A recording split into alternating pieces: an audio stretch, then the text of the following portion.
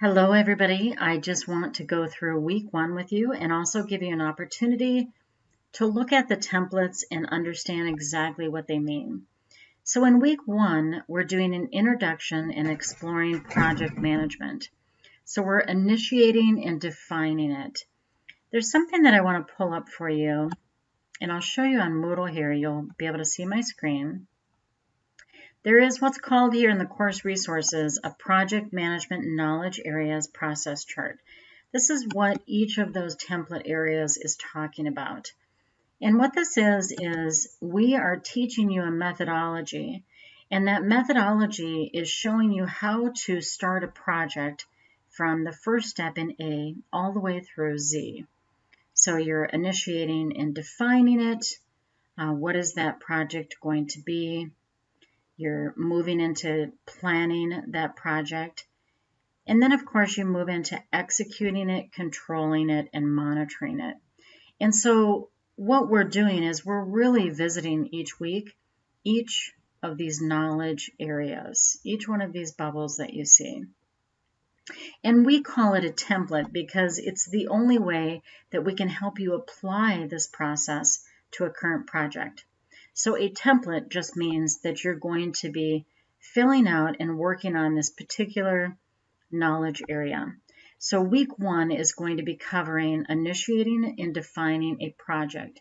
So you're going to create a proposal and you're going to work on stakeholder analysis or management.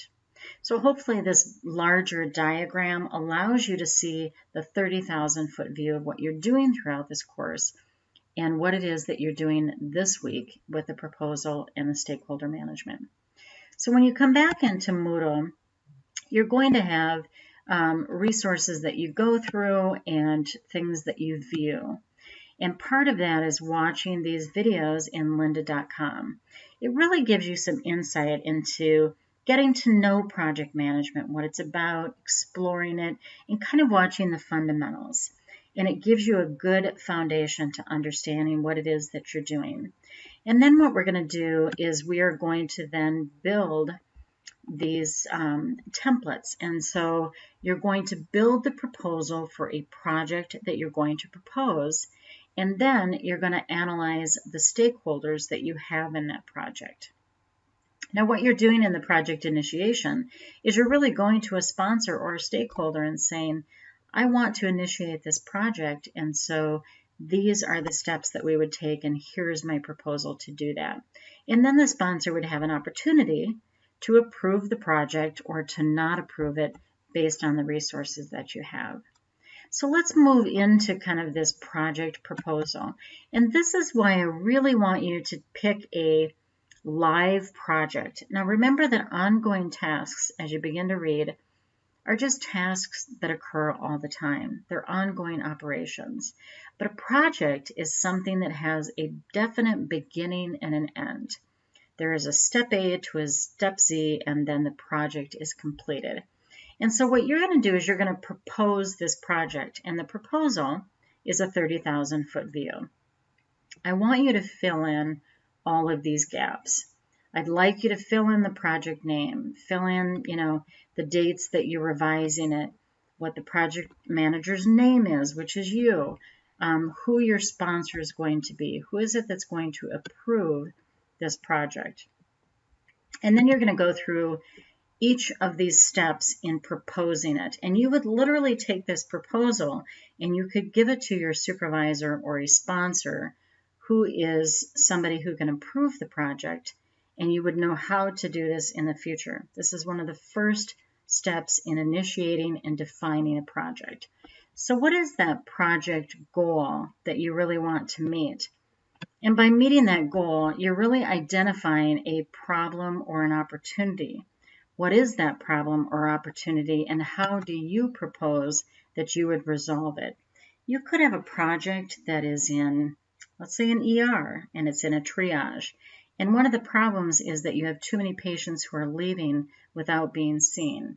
What type of a solution could you come up with a process development, if you will, that we could implement that would make that process easier. So you're really going to think about, what problem am I solving, or what opportunity am I taking advantage of? Think about it in terms of, is this compliance or regulatory? Is it maybe a cost reduction that I'm creating by proposing this project and implementing it? Is it an inefficiency? Or would I be increasing revenue? Is it an opportunity that we could take advantage of, and we will increase revenue as a result? And so you want to think about that in terms of, what's the problem or the opportunity, and how do I propose that we're going to solve this? And then you want to make sure that you pick which project benefit category it is, and then also, what is the portfolio fit and interdependencies. You don't want to skip these pieces. They're very important. When you have a sponsor looking at whether they're going to spend the resources on your project or someone else's project, they'll look at, how does it fit into the mission and vision, or any strategic activities that we have going on, or initiatives that we have going on in the organization. So how does that fit into that portfolio, and what is the urgency? The other thing that you want to do, and you don't want to skip over this, I've seen templates that come back and this entire section is empty. But I think this is simply because it's not well understood. The Fast Forward MBA does cover what are the cost benefit analysis pieces. And it really shows you how to go through, what are the tangible benefits, what are the intangible benefits, and what are the cost categories. And so this is a vital and critical part of what you're going to do. And you're literally going to take your cost categories and break them out into labor hours and external costs. And we want to see those. How many labor hours? How much is that going to cost per labor hour? What is the total amount that you're going to need for the proposal? Budgeting is really important, especially when you're asking sponsors to spend money. You don't want to walk in and provide a proposal and not give them adequate, detailed information on how much it's going to cost, because they have budget categories and they want to be able to approve it based on funds that they have available. So be very detail oriented. This should be a very substantial section. All of these should be filled out very substantially with detailed information. And then you're going to add your business requirements. Again, Fast Forward MBA is going to explain to you what business requirements mean and what should be filled in these areas.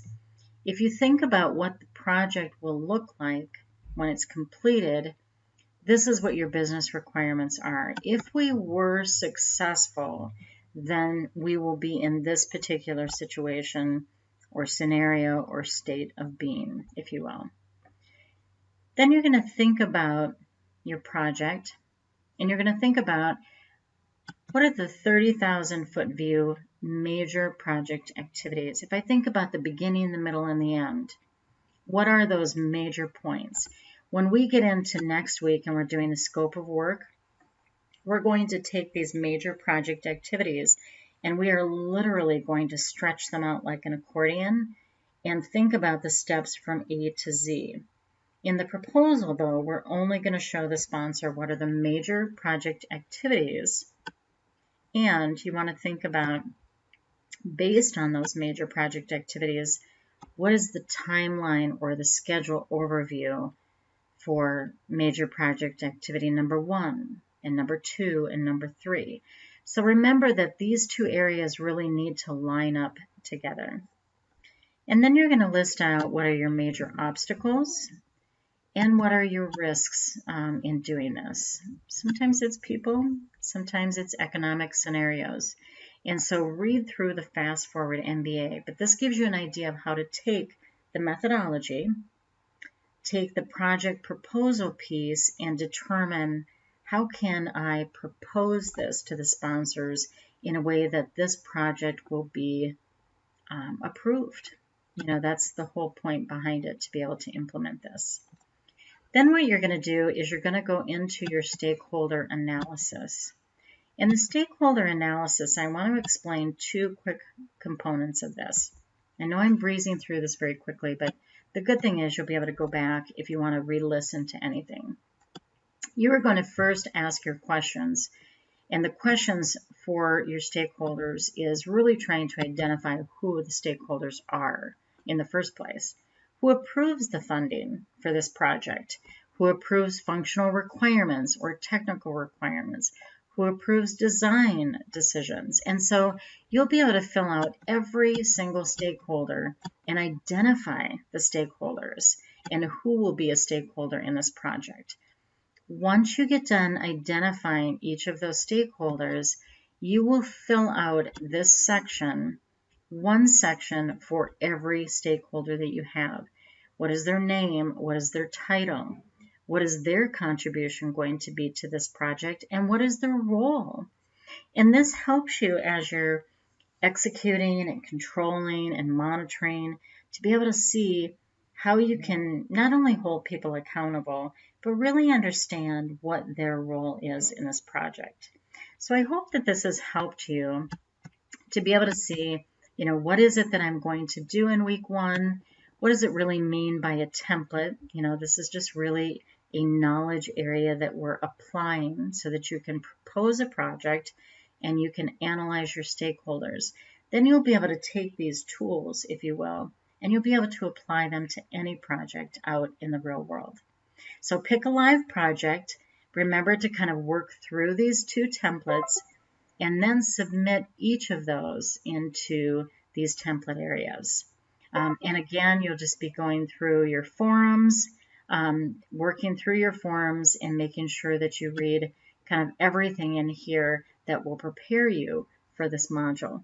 I look forward to just an incredible week one. I can't wait to see your templates and your projects, and I will definitely give you feedback, and then you'll be able to take that feedback, revise your proposal, and resubmit it. And when you do that, and then you move into week two, and you move into kind of this writing the rules and the scope of the project, you will be so much more prepared because this will be fundamentally, laying that foundation. So don't forget about also your knowledge areas and what it is that you're really doing this week. We're initiating and defining, and we are creating a proposal as the first knowledge area, and we are analyzing our stakeholders. So I look forward to a great week, and we'll talk with you soon.